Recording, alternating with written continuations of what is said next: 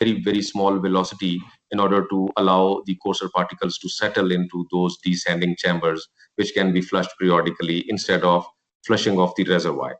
But these are the areas on which India is perhaps not amenable, and because of that, Pakistan keeps on, raising observations and objections on the India's projects, which are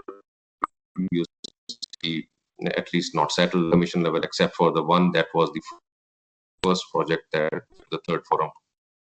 This is the storage, so which is almost 3.65 million acre feet of storage allowed to India to develop on the western rivers. Then there is a settlement of differences and disputes mechanism given in the treaty that is called Article 9, in which there are permanent Indus Commission is the first step, there followed by the two governments, and then if the government fails, then it comes to the third forum, which may be either neutral expert or the court of arbitration, keeping in view the opinion of the aggrieved party and the list or the jurisdiction given in the Indus Waters Treaty. The water issues with India, as I already explained, that designs of the projects are made in violation of treaty criteria.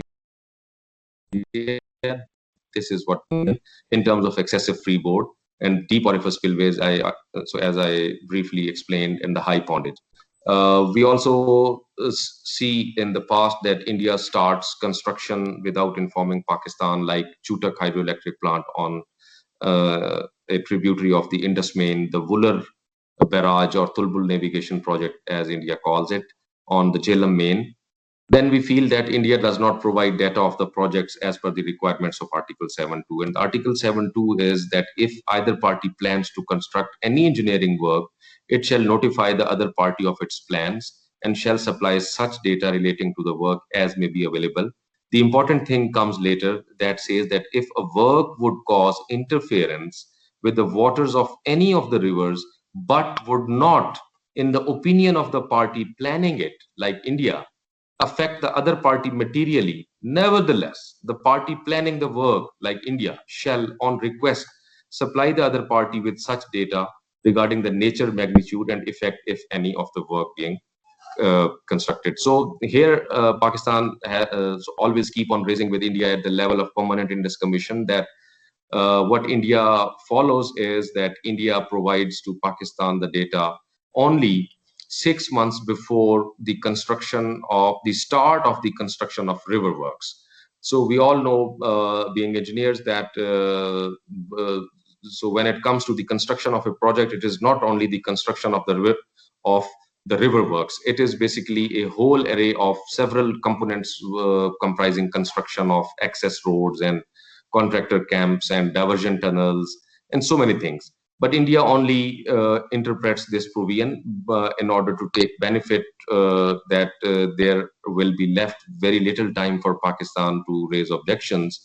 And by that time, India will have proceeded at a relatively advanced stage where the project, if taken to the third forum, will by default considered as a fait accompli something. So in order to avoid such situation, Pakistan always requests India at the permanent Indus Commission level that the treaty is basically an instrument based on a spirit of goodwill and friendship, according to the Vienna Convention. And treaties cannot be interpreted, treaties are basically required to be interpreted in a spirit of the cooperation and goodwill. And this is very much basically recognized in the preamble of the Indus Waters Treaty, which I will share a few slides later. But India does not accede to Pakistan's concern, and we have been basically receiving the designs at all at that belated stage when the scope of convergence between the two countries at a bilateral level remains very, very small and little.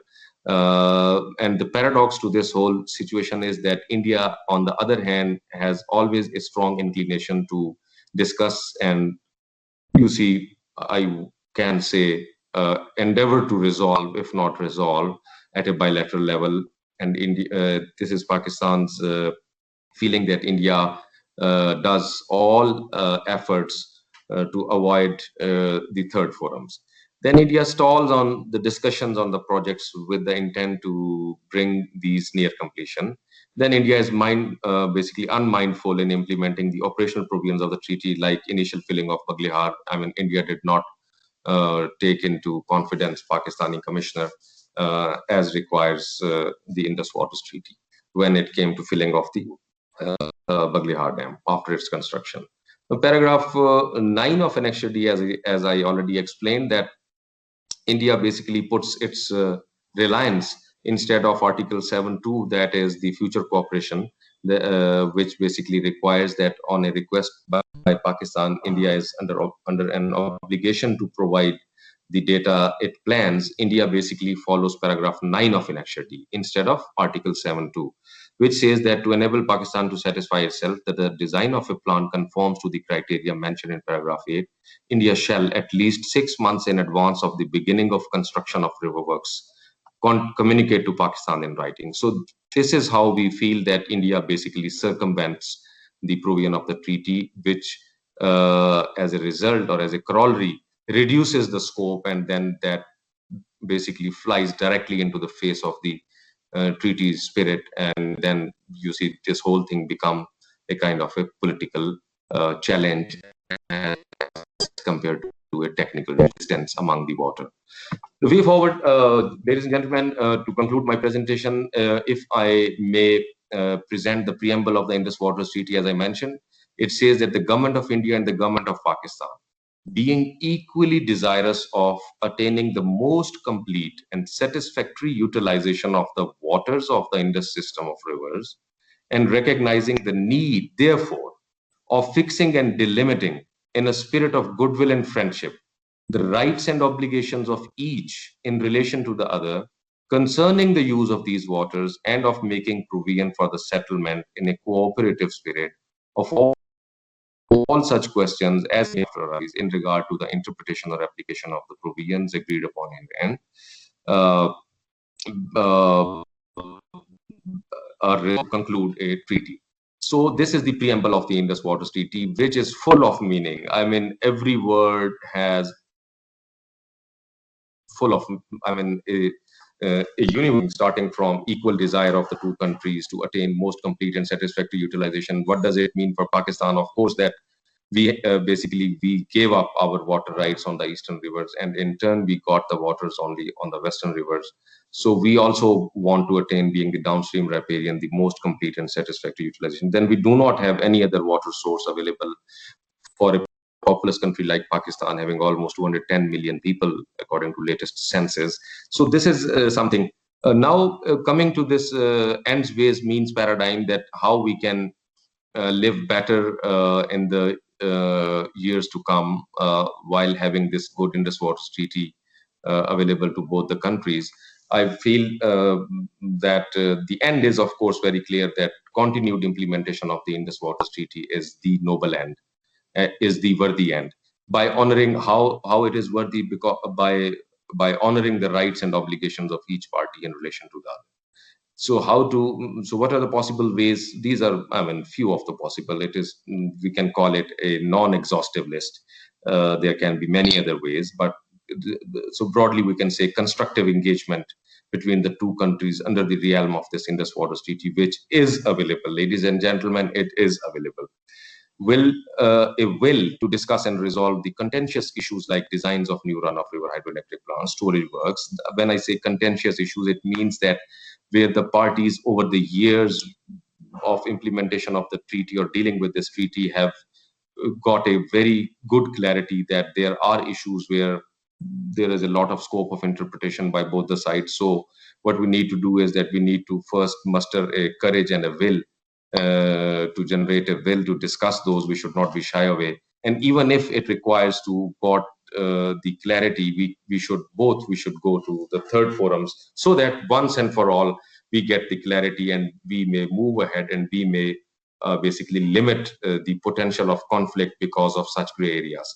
Although this treaty is a very substantive document, I must say, even when I read it today, as compared to other instruments available concerning water sharing. But still, this is a document which was made by humans, of course, painstakingly. But again, the element of humanness remains very much relevant. Therefore, we cannot say that it is a document came from God.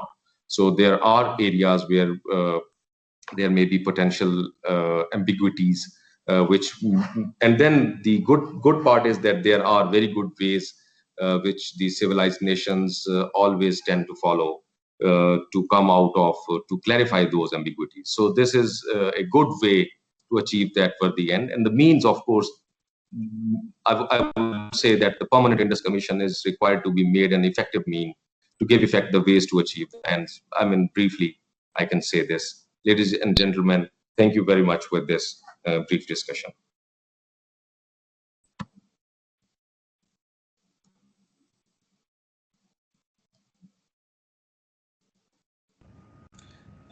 Gilani साहब आपका mic mute है. Thank you, Dr. Meghna Shah Sahab. Not only you presented the Pakistan case or the Indus River Treaty, you mentioned principal stands that whatever has been agreed that should be taken as it is with the consensus and argument. There are two things. If we go in arguments, there will be several arguments and counter arguments. But once we have reached a consensus, we should respect that. I myself feel that there was a great loss to Pakistan. But since we have agreed to that, we respect to it. And we should continue this spirit and implement the treaty with one thing more, that the professionals in Pakistan Commission and the Indian Commission should have a direct and close understanding of the thing so that we can question and get answers at real time, because the time is essence, so that no investments get wasted by stopping a project which takes off, or we should not make any investment until it is absolutely clear from both sides. And this is all from my side, and now the organizers what they would like to do, because it's already late.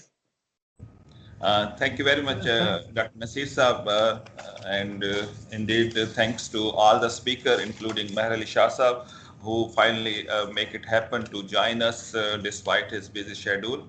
I think we can take a couple of questions if IT manager can open the mics of those who have raised the hand. I see one hand raised, Mr. Muhammad.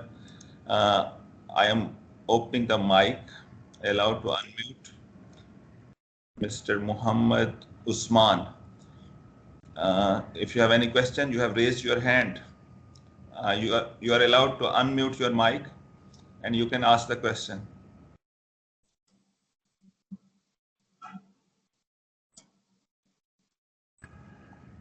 Mr. Tasawwur Ayub, you are allowed to unmute the mic. Tasawwur Ayub, if you have any question.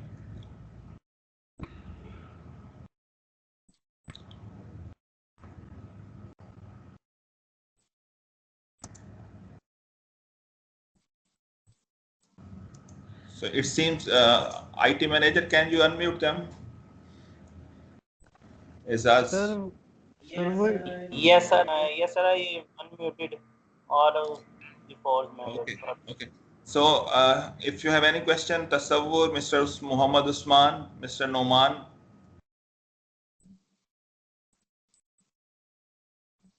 Engineer Abdul Rashid. Yes, sir. First of all, thank you so much for this very motivational and interesting session today. I would like to thank all the participants and the chief guests and the honorable. Please introduce yourself briefly and then go to the question, please.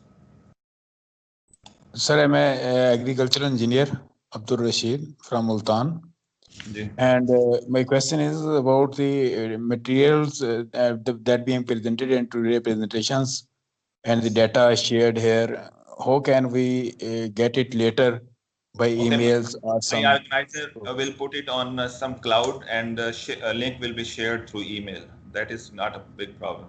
We can share the presentation with the permission of the presenter. If they permit it, we will share it. Any other questions?